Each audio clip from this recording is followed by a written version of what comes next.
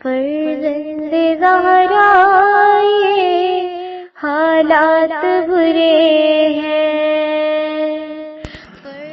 کاشانہ بصیرت ایک ایسا مکمل یوٹیوب چینل جس پر محروم بصارت کے لیے بالخصوص اور تمام افراد کے لیے بالعموم سینکڑوں کی تعداد میں اسلامی کتب دستیاب ہیں۔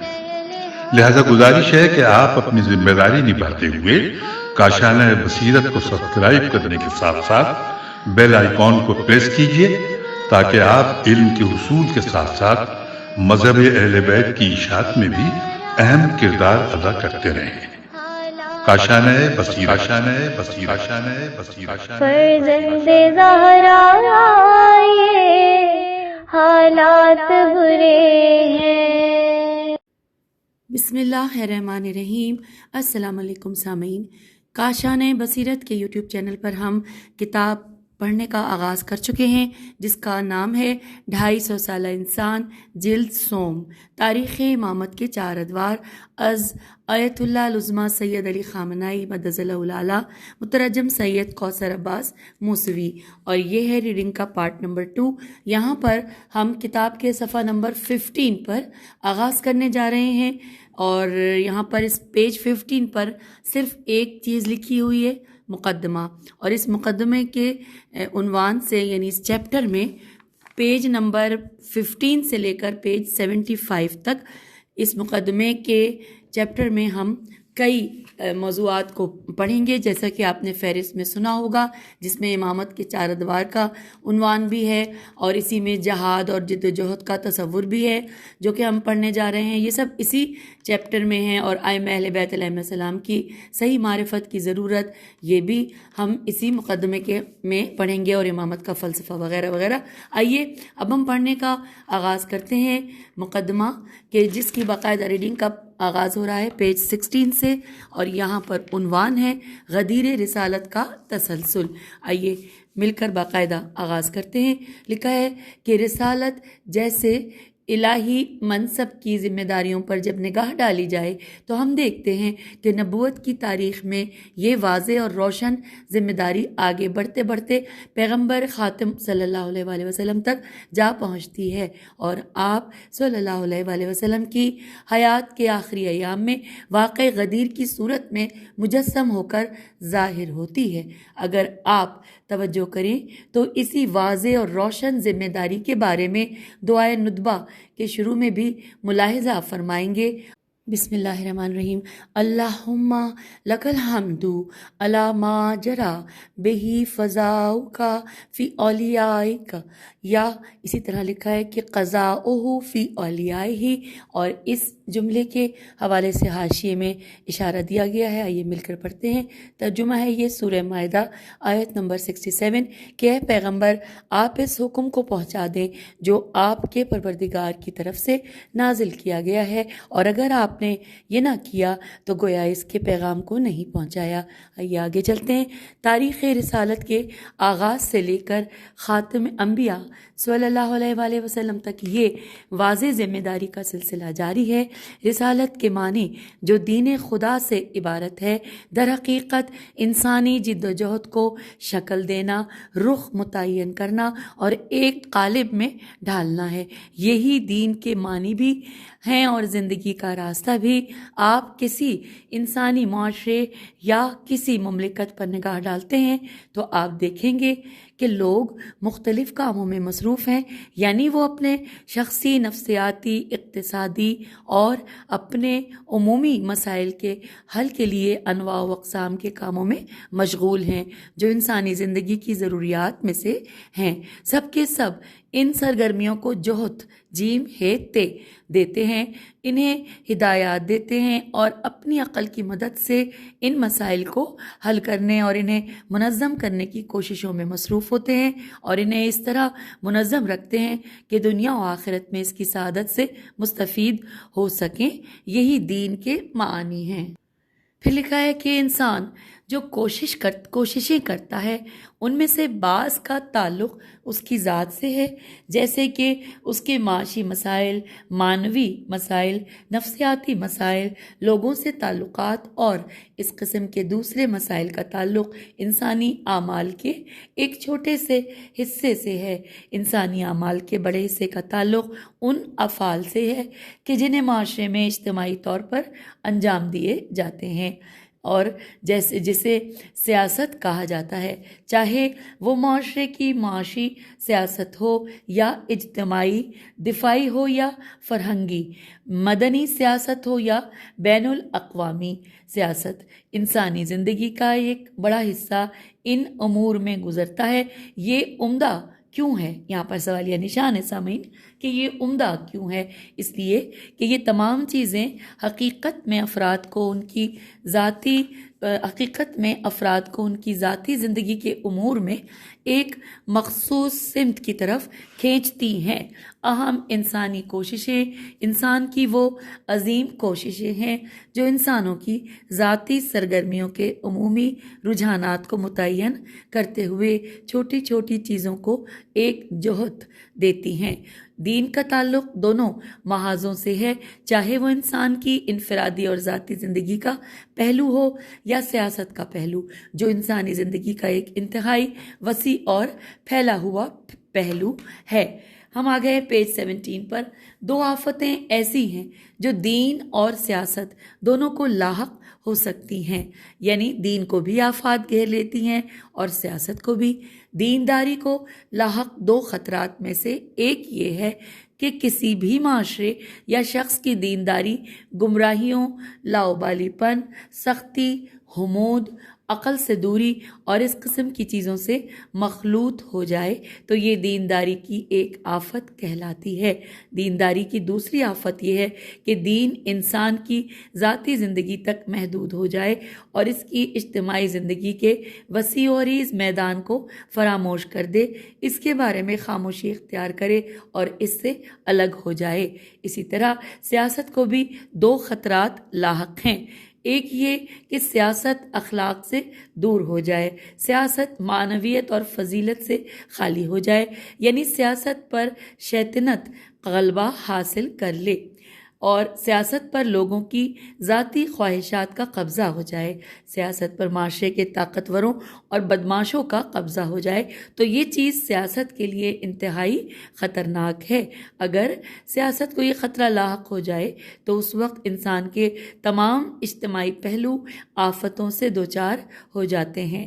سیاست کو لاحق ایک اور آفت یہ ہے کہ کبھی کبھار چھوٹی اور بچوں کی سی سوچ و فکر رکھنے والے کمزور اور بے حوصلہ قسم کے لوگ سیاست کو اپنے ہاتھ میں لے لیتے ہیں، جس کے نتیجے میں سیاست کی لگام طاقتور اور مضبوط لوگوں کے ہاتھ سے نکل کر غیر ذمہ دار لوگوں کے ہاتھوں میں چلی جاتی ہے۔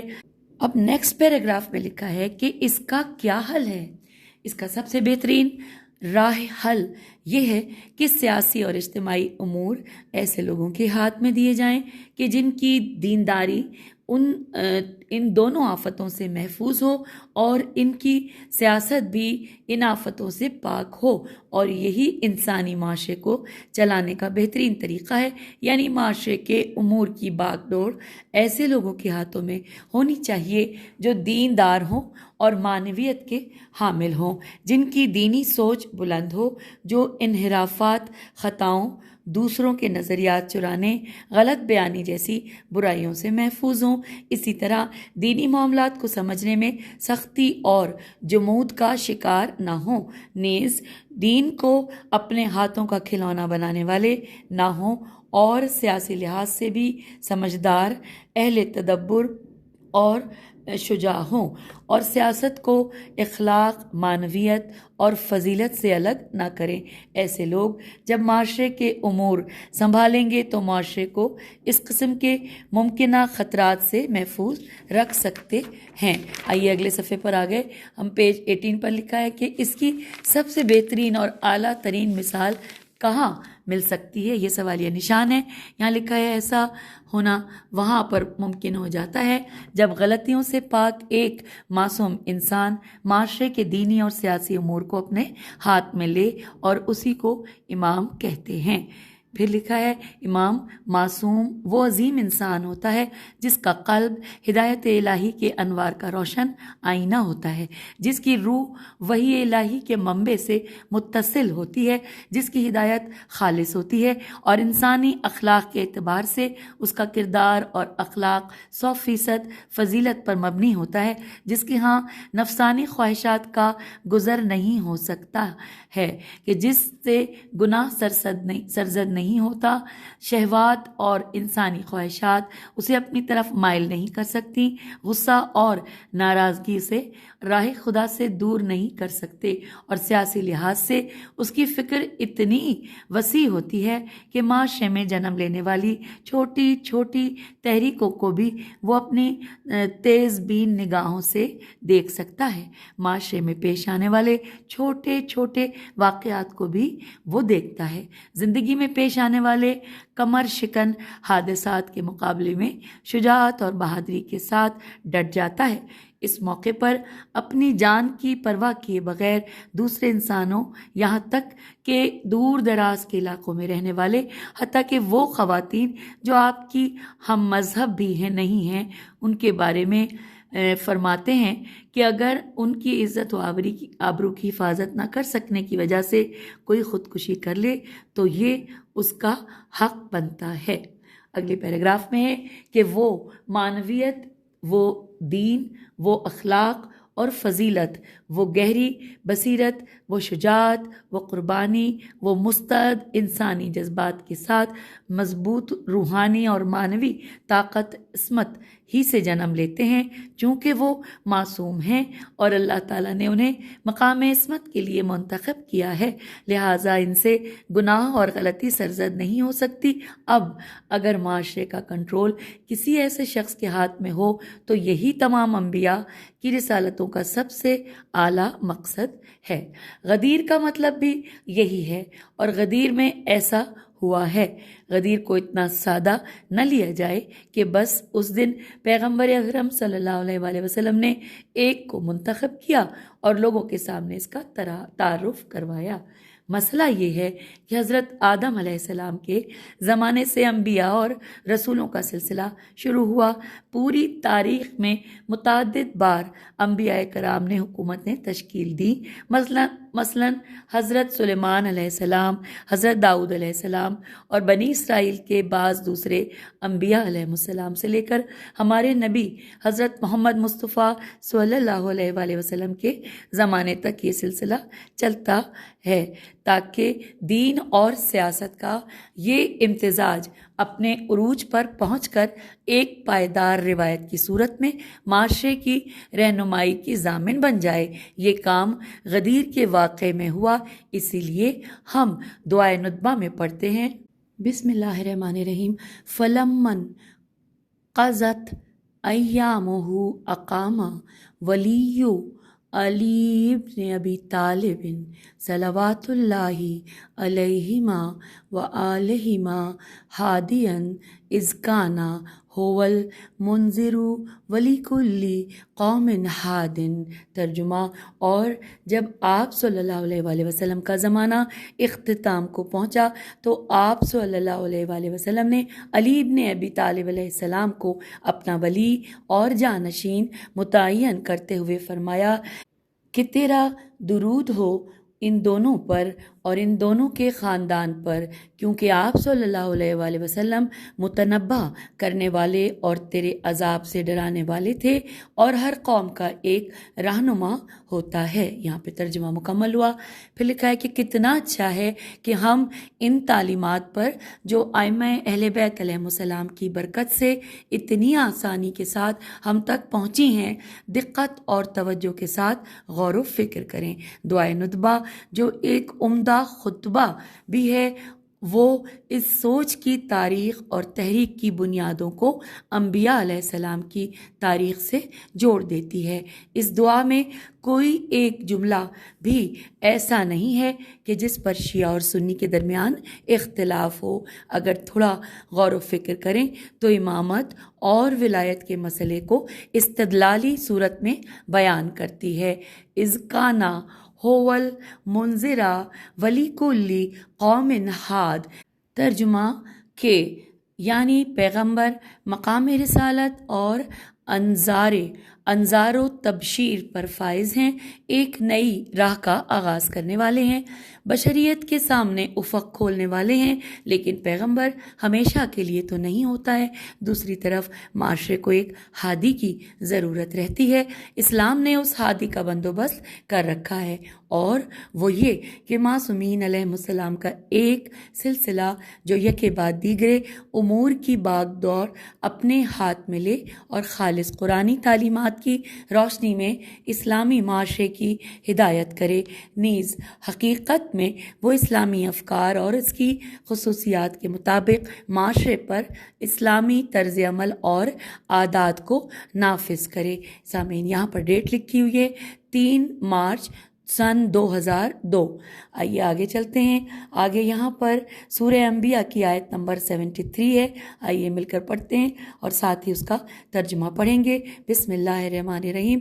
وَجَعَلْنَاهُمْ أَئِمَّةً يَهْدُونَ بِأَمْرِنَا وَأَوْحَيْنَا إِلَيْهِمْ فِعْلَ الْخَيْرَاتِ وَإِقَامَ الصَّلَاةِ وَإِيتَاءَ الزَّكَاةِ وَكَانُوا لَنَا عَابِدِينَ، ترجمہ اور ہم نے ان سب کو پیشوا قرار دیا جو ہمارے حکم سے ہدایت کرتے ہیں اور ان کی طرف کار خیر کرنے، نماز قائم کرنے اور زکوٰۃ ادا کرنے کی وحی کی، اور یہ سب کے سب ہمارے عبادت گزار بندے تھے۔ سورہ انبیاء آیت نمبر 73۔ پھر لکھا ہے کہ یہ وہ امامت ہے جو اللہ تعالیٰ کے حکم سے لوگوں کی ہدایت و رہنمائی کرتی ہے، لوگوں کو خطرات، مشکلات اور لغزشوں کو عبور کرنے میں مدد فراہم کرتی ہے۔ اللہ تعالیٰ نے لوگوں کو جو زندگی عطا کی ہے، ائمہ علیہ السلام انسان کو دنیاوی زندگی میں منزل مقصود و مطلوب تک پہنچنے میں ہدایت دیتے ہیں۔ یہ امام کی ایک قسم ہے جس کا مصداق انبیاء الہی ہیں، جس کا مصداق پیغمبر اکرم صلی اللہ علیہ وآلہ وسلم ہے۔ امام محمد باقر علیہ السلام نے لوگوں کو منی میں جمع کر کے فرمایا تھا، ان رسول اللہ کانا ہوول امام، پیغمبر اسلام صلی اللہ علیہ وآلہ وسلم۔ حوالہ پہلے نوٹ کر لیجئے، الکافی، اور ساتھ ہی بریکٹ میں لکھا ہے محمد بن یعقوب کلینی متوفی 329 ہجری، کتاب الحج، باب الوقوف بے عرفت وحدت الموقف، حدیث نمبر 10۔ پھر لکھا ہے کہ پیغمبر اسلام صلی اللہ علیہ وآلہ وسلم پہلے خود امام ہیں۔ انبیاء الہی علیہ السلام انبیاء کے اوصیاء و جانشین، ائمہ علیہ السلام کی پہلی قسم سے ہیں۔ ان کا کام ہدایت ہے، وہ اللہ تعالیٰ کی طرف سے ہادی و رہنما ہوتے ہیں، وہ ہدایت و رہنمائی عوام کو منتقل کرتے ہیں۔ ہم پہنچ گئے ہیں کتاب کے صفحہ نمبر 20 پر، اور یہاں پر لکھا ہے کہ وَأَوْحَيْنَا إِلَيْهِمْ فِعْلَ الْخَيْرَاتِ، فے عین لام فے کے ساتھ کسرہ تھا، فعل الخیرات، ان کا کام نیک کام کی انجام دہی ہے، وَإِقَامَ الصَّلَاةِ، وہ نماز قائم کرتے ہیں۔ نماز خدا کے ساتھ متصل ہونے اور رابطہ رکھنے کا رمز ہے۔ وَكَانُوا لَنَا عَابِدِينَ، وہ خدا کے بندے ہیں۔ انبیاء علیہ السلام بھی تمام انسانوں کی طرح خدا کے بندے ہیں۔ دنیاوی عزت ذرہ برابر ان کے وجود اور ان کے دل میں اللہ تعالیٰ کی بندگی کو نقصان نہیں پہنچا سکتی۔ یہ ائمہ علیہ السلام کا ایک گروہ ہے، ائمہ کا ایک دوسرا گروہ ہے۔ وَجَعَلْنَاهُمْ أَئِمَّةً يَدْعُونَ إِلَى النَّارِ، فرعون کے بارے میں. اچھا، یہاں پر یہ سورہ قصص کی آیت 41 تھی. ترجمہ کہ اور ہم نے ان لوگوں کو جہنم کی طرف دعوت دینے والا پیشوا قرار دیا ہے. اور اس کے بعد لکھا ہے فرعون کے بارے میں قرآن میں وارد ہوا ہے. یہاں بھی لفظ امام اسی معنی میں ہے جس معنی میں پہلی آیت میں وارد ہوا ہے. لوگوں کی دنیا، لوگوں کا دین، لوگوں کی آخرت، لوگوں کا جسم، لوگوں کی روح اس کے قبضہ قدرت میں ہے. لیکن یہ امام یدعونا الی النار، لوگوں کو جہنم کی طرف دعوت دیتا ہے، لوگوں کو ہلاکت اور تباہی کی طرف بلاتا ہے. دنیا کی سیکولر حکومتوں نے بھی اپنے دعوے کے برخلاف لوگوں کی دنیا اور آخرت کو اپنے ہاتھوں میں لے رکھا ہے، چاہے وہ سمجھے یا نہ سمجھے. یہ بڑے بڑے ثقافتی ادارے جو آج دنیا کے گوشہ و کنار میں نوجوان نسل کو فساد و تباہی اور غیر اخلاقی حرکتوں کی طرف دعوت دیتے ہیں، یہ وہی امام ہیں جو لوگوں کو آگ کی طرف بلاتے ہیں. یدعونا الی النار، یہ طاقتور ادارے اپنے مفادات کے لیے، اپنی ظالمانہ حاکمیت کے لیے، اپنے مختلف سیاسی اہداف تک پہنچنے کے لیے لوگوں کو فساد اور تباہی کی طرف کھینچتے ہیں. لوگوں کی دنیا بھی ان کے ہاتھ میں ہے، لوگوں کی آخرت بھی ان کے ہاتھ میں ہے، لوگوں کا جسم اور جان ان کے اختیار میں ہے.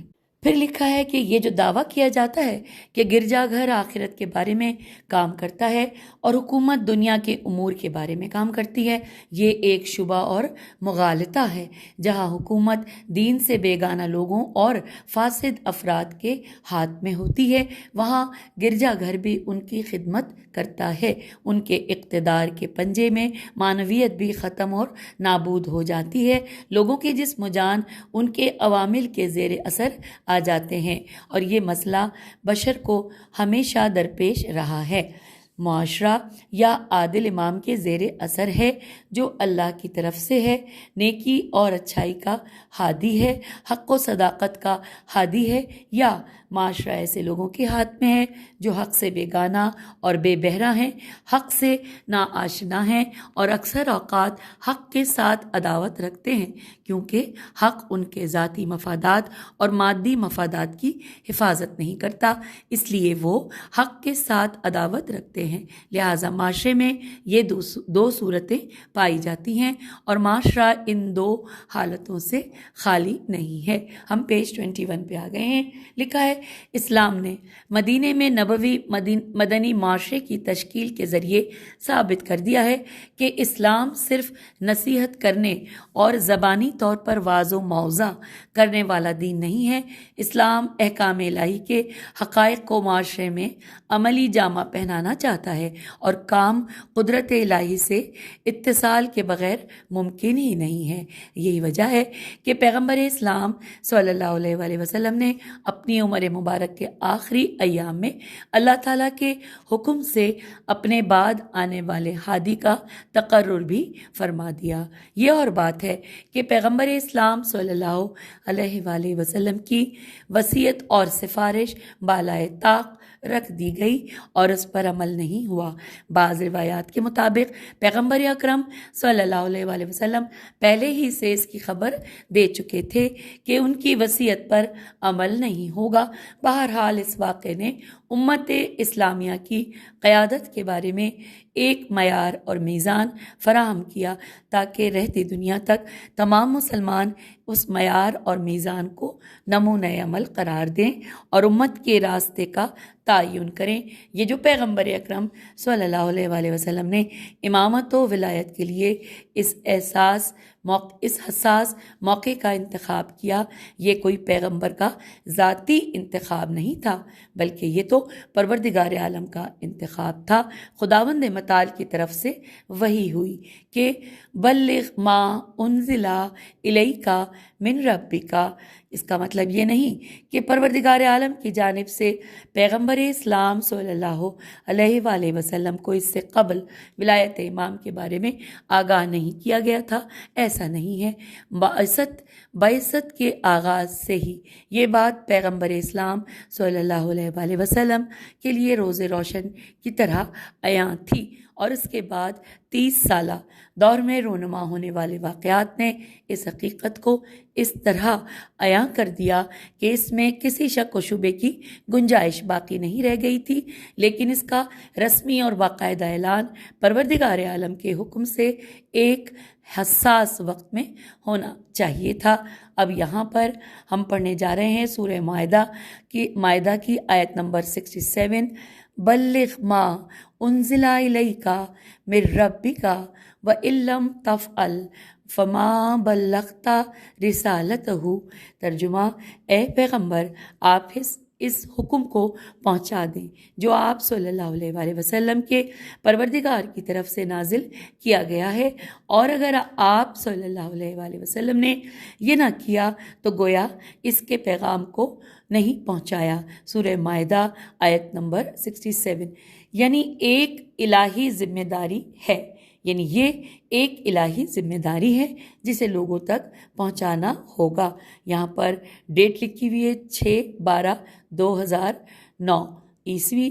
آگے چلتے ہیں کہ اگلے پیراگراف میں کہ اگر اسے انجام نہ دیا تو گویا رسالت کو کوئی کام انجام نہ دیا، یا یہ مراد ہے کہ اس مسئلے سے متعلق اپنی رسالت کو انجام نہیں دیا، اس لیے کہ اللہ تعالیٰ کا یہ حکم ہے کہ انورٹڈ کاما اس کام کو انجام دو، انورٹڈ کاما کلوز، یا اس سے بھی بڑھ کر پیغمبر صلی اللہ علیہ وآلہ وسلم کی رسالت کی بنیادیں اس کام کو انجام نہ دینے سے خطرے میں پڑ سکتی ہیں اور اس کی جڑیں ہل جاتی ہیں۔ ہم آگے ہیں پیج نمبر 22 پر۔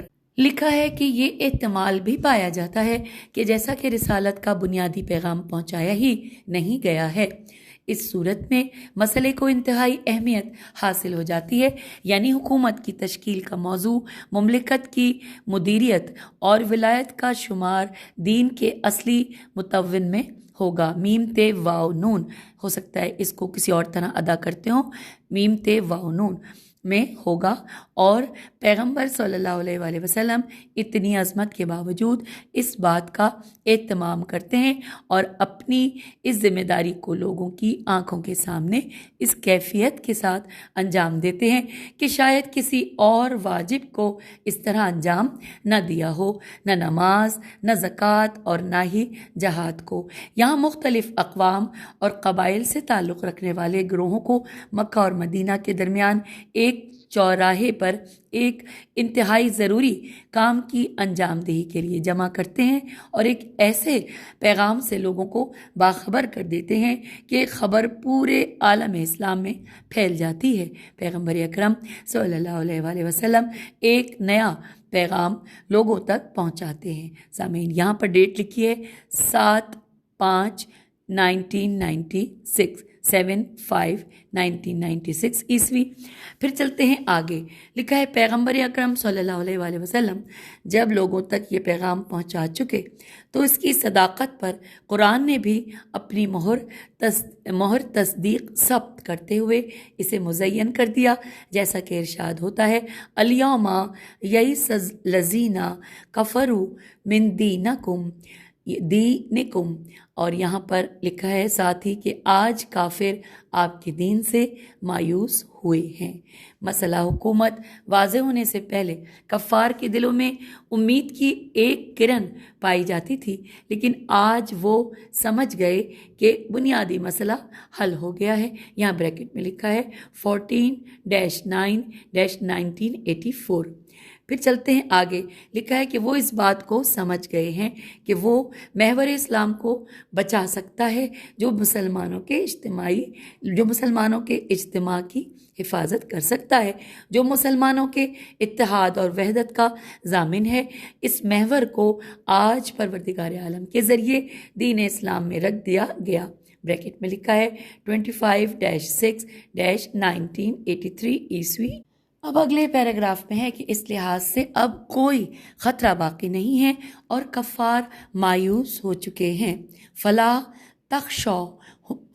تخشوہم، پس اب کفار سے مت ڈرا کرو، وخشونی، بلکہ اپنے اللہ سے ڈرو۔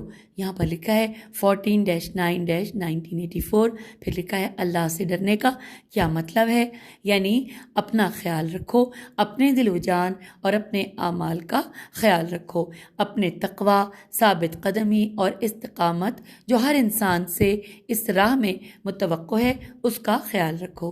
اب یہاں بریکٹ میں ہے 5-4-1999، پھر لکھا ہے آگے الیوم اکملت لکم دینکم، آج میں نے تمہارے دین کو کامل کر دیا، واتممت علیکم نعمتی، اور تم پر اپنی نعمتیں تمام کر دیں، ورضیت لکم الاسلام دینا، اسلام سے دین اور آئین کے عنوان سے نیز امت اسلامی کی حقیقی صورت اور تاریخ اسلام کو ایک سمت عطا کرنے کے حوالے سے ہم راضی ہیں کہ یہ آپ کا دین ہوا۔ یہاں بریکٹ میں لکھا ہے 14-9-1984، یعنی اس دین کی بقا و استمرار اور اس الہی انقلاب کی ضمانت دی ہے۔ پھر بریکٹ میں ہے 25-6-1983، جو ہمیں اس واقعے کی عظمت اور اس کی اہمیت سے روشناس کراتا ہے۔ بریکٹ میں ہے 14-9-1984، خود اس میں ایک نقطہ ہے کہ اجتماعی امور کی دیکھ بھال اور تقدیر کا مسئلہ اور اس کائنات کے خالق کے درمیان کوئی ایسا معاملہ ہے جس کا تعلق الہی ارادے اور الہی اعلان سے ہے۔ اس موضوع کا ایک پہلو یہ ہے جو ابھی ہم نے پڑھ لیا، اور اب ہم پیج 23 پر آ گئے ہیں، اور یہاں پر لکھا ہے کہ دوسرا پہلو لفظ ولایت کے معنی اور اس کا مضمون ہے جو غدیر کے واقعے میں تکرار ہوا، من کنت مولاہ فہذا علی مولا ہے۔ پیغمبر اکرم صلی اللہ علیہ وسلم نے اس تاریخی موقع پر حکومت کو ولایت سے تعبیر کیا ہے۔ عربی اور دوسری زبانوں میں اس قسم کے مظاہر کا نام حکومت، حکمرانی اور اقتدار ہے، یعنی کوئی ایسا شخص یا گروہ جو کسی معاشرے پر حکومت کرتا ہو۔ اس کی مختلف تعبیریں پیش کی گئی ہیں اور ہر تعبیر میں کسی خاص جہت کی طرف اشارہ ہے۔ مثلا حکومت سے تعبیر میں اس بات کی طرف اشارہ ہے کہ جس شخص یا گروہ کے ہاتھ میں طاقت ہے وہ حکم کرتا ہے اور معاشرے کے افراد اس کے حکم اور فرمان کی اطاعت کرتے ہیں۔ ایک تعبیر سلطنت ہے جس کے معنی مسلط ہونے، صاحب اقتدار ہونے اور امور کو اپنے قبضے میں لینے کے ہیں۔ فارسی زبان میں بھی یہ تعبیر پائی جاتی ہے، مثلا زمامداری، یہ انورٹڈ کاما میں ورڈ ہے زمامداری، جس میں حکومت کے ایک پہلو کی طرف اشارہ ہے۔ اسی طرح حکمرانی اور فرماندہی میں سے ایک میں دوبارہ اس کو بتا دوں کہ یہ انورٹڈ کاما میں حکمرانی کا ورڈ اور فرماندہی کا ورڈ، اس میں لکھا ہے ان میں سے ایک میں کسی ایک پہلو کی طرف اشارہ پایا جاتا ہے۔ دین اسلام میں سب سے زیادہ لفظ ولایت سے کام لیا گیا ہے۔ یہاں حدیث میں بھی اور درج ذیل آیت مجیدہ میں بھی حکومت کے مظہر کو لفظ ولایت سے تعبیر کیا ہے۔ آئیے پڑھتے ہیں یہاں پر جو دیا گیا ہے آیت، انما ولیکم اللہ ورسولہ، اور یہاں پر لکھا ہے اس کے حوالے سے کہ مزید جاننے کے لیے رہبر معظم کی کتاب ولایت و حکومت کا مطالعہ کیجیے۔ ولایت یعنی دو چیزوں کا آپس میں مضبوطی کے ساتھ ارتباط۔ سامعین، یہاں پر اس پیراگراف کو ہم اگلی نشست میں پڑھیں گے، اور یہاں پر پیج 23 پر آپ سے اجازت چاہتے ہیں۔ 23 پر ہی دوبارہ یہاں سے آغاز کریں گے۔ اجازت دیجیے، خدا حافظ، فی امان اللہ۔